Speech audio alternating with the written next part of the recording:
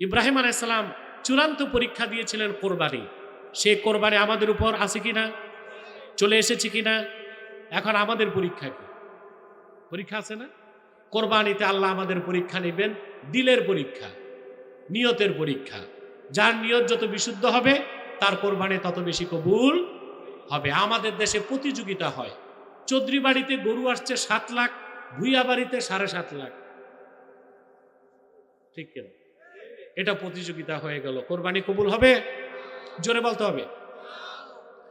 লাইয়ানালাল্লাহা লুহুমুহা ওয়ালা দিমাউহা ওয়ালাকিন ইয়ানালুহুত তাকওয়া মিনকুম। তোমাদের পশুর গোশতগুলো, রক্তগুলো আল্লাহর কাছে কখনো পৌঁছবে না, পৌঁছবে তোমাদের অন্তরের সদিচ্ছা, নিয়ত, তাকওয়া। সুবহানাল্লাহ। অতএব কে বড় পশু দিলেন, কে ছোট পশু, এটা ধর্তব্য নয়, কার নিয়ত কতটুকু বিশুদ্ধ তা দেখতে হবে। কোরবানির ক্ষেত্রে আরেকটা কথা বলবো, সুদে টাকা নিয়ে, গ্রামীণ ব্যাংক ব্রাক থেকে টাকা নিয়ে কোরবানি দিলে কোরবানি তো হবেই না, ঈমান নষ্ট হবে। যদি গরু কিনার টাকা না থাকে, ছাগল বা বকরি কিনে কোরবানি দিবেন, তারপরও সুদের টাকায় কোরবানি দিবেন না, সুদখোরের সাথেও কোরবানি দিবেন না। কারণ আপনাদের একটা কূপ তৈরি করছেন 7 শরীকে। কয় শরীকে? তো অংশ কয়জনের? একজন বলল আমি আমার অংশে পেশাব করবো, তো তারটাই নাপাক হবে না কূপের সবটা নাপাক হবে? কথা বলে না। তা আপনাদের 6 জনের নিয়ত ঠিক, একজনের গর্ব হলো সুদে টাকা নিচ্ছে, সবার কোরবানি বাতিল।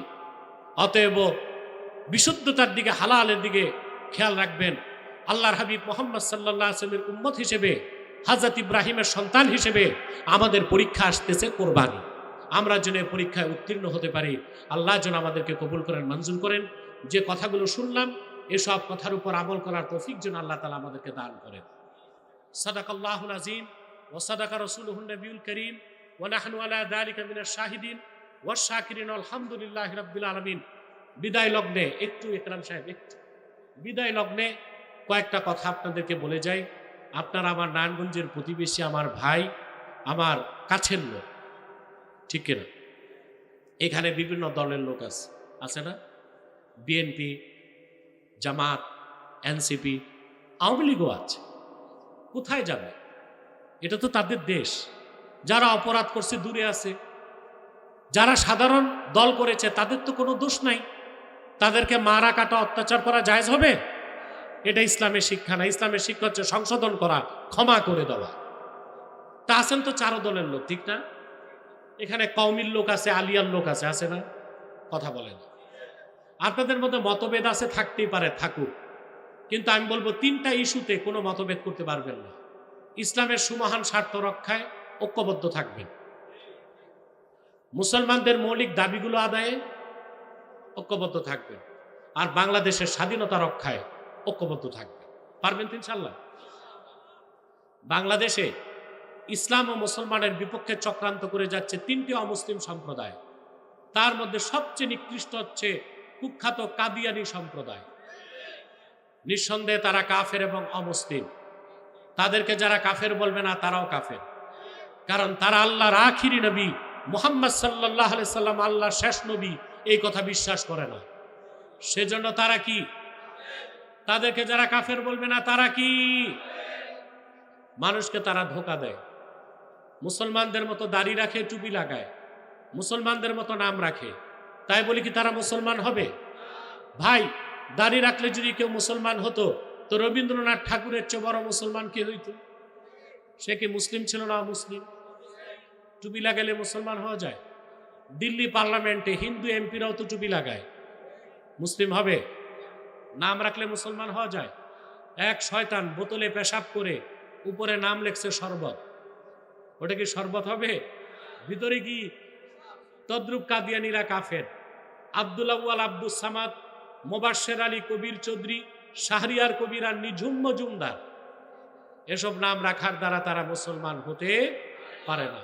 আমার ভাইরা, আমার বন্ধুরা, আমার আল্লাহ ও নূর নবীজি আমার মুহাম্মদ মুস্তাফা সাল্লাল্লাহু আলাইহি সাল্লামের কোরআন ও ইসলামের হাজার হাজার হাজার বছর পরে বর্তমান ভারতের কুখ্যাত পাঞ্জাবের, কুখ্যাত গুরুদাসপুরের, কুখ্যাত কাদিয়ানে ইংরেজ আমলে এক শয়তান নিজেকে নবী দাবি করছে।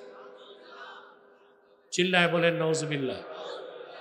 শয়তানটার নাম রেখেছিল তার বাপ মির্জা গোলাম আহমদ কাদিয়ানি। সাবধান, তাকে গোলাম আহমদ বলা যাবে না, কারণ গোলাম আহমদ অর্থ আহমদ এর গোলাম। কোন কাফের কোনোদিনও গোলাম আহমদ এর গোলাম হতে পারে না। আর কাদিয়ানের কাজ্জাব ছিল শেষ দরজার কুখ্যাত কাফের, ইংরেজদের পা চাটা গোলাম। সে গোলাম আহমদ এর গোলাম ছিল না, সে ছিল কুখ্যাত শয়তানের কুখ্যাত গোলাম। কাদিয়ানের কাজ্জাব মিথ্যানবতের দাবিদার মির্জা গোলাম শয়তান কাদিয়ানির উপর গজব এসেছে 1908 সালে। যখন গজব এসেছে, কাদিয়ানের কাজ্জাব মিথ্যানবতের দাবিদার মির্জা গোলাম শয়তান কাদিয়ানি 1908 সালে ধ্বংস হয়ে কুখ্যাত জাহান্নামের কুখ্যাত কুকুরে পরিণত হয়েছে। তার অনুসারীরাও ধ্বংস হয়েছে। বর্তমানে কিছু কাদিয়ানি বাংলাদেশে আছে, নাম পরিবর্তন করে করে মিথ্যা পরিচয় দেয়।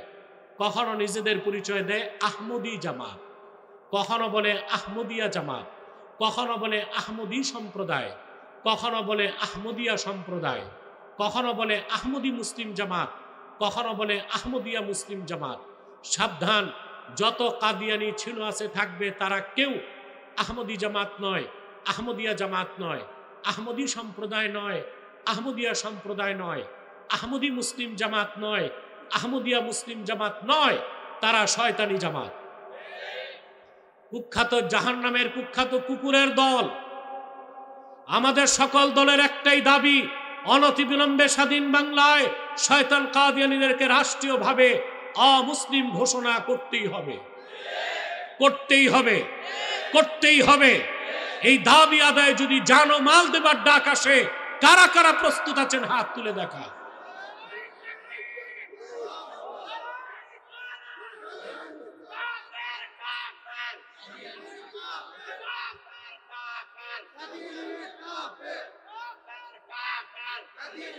প্রিয় সুধী, বাংলাদেশে তারা 100 আস্তানা তৈরি করেছে।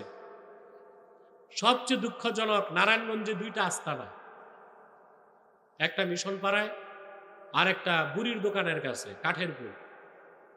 তাই নারায়ণগঞ্জের মানুষ, মুসলমানদের, আলেমদের আরো সচেতন হতে হবে না? কথা বলে না, হবে না? সচেতন হবেন না? তারা মানুষকে ধোঁকা দিচ্ছে। হিন্দুরা বাংলাদেশে বসবাস করে না, আমরা কি বলি হিন্দুদের অমুসলিম ঘোষণা করো? কি পরিচয় আছে? অমুসলিম। তাদের উপাসনালয় কি কি মসজিদ বলে না মন্দির বলে? আমাদের সমস্যা আছে। কাদিয়ানীরা তো ইহুদিদের চেয়ে বড় কাফের, কিন্তু তারা নিজেদেরকে মুসলিম বলে, মুসলিম পরিচয় দিতে পারবে না, অমুসলিম পরিচয়ে থাকতে হবে। আর তাদের আস্তানাকে মসজিদ বলে, মসজিদ বলা যাবে না, সেটাও অমুসলিমদের আস্তানার মতো একটি শয়তানি আস্তানা। তাদেরকে অর্থনৈতিক সহযোগিতা করবেন না? করেন? জি করেন। প্রাণ কোম্পানির যত জিনিস তাদের, সেজান কোম্পানির জুস তাদের, RFL এর পণ্যগুলো তাদের, প্রথম আলো, ডেলি স্টার, ভিশন, এগুলো তাদের। নৈতিক দায়িত্ব হিসেবে এগুলো ধরবেন না, কিনবেন না, বেচবেন না, মনে থাকবে। আরেকটি অমুসলিম সম্প্রদায় আমাদের যুবকদেরকে ডেসপারেট করতেছে, এটার নাম হিজবুত তাওহীদ। নাম শুনছেন? এরা বলে দজ্জাল বলতে কিছু নাই,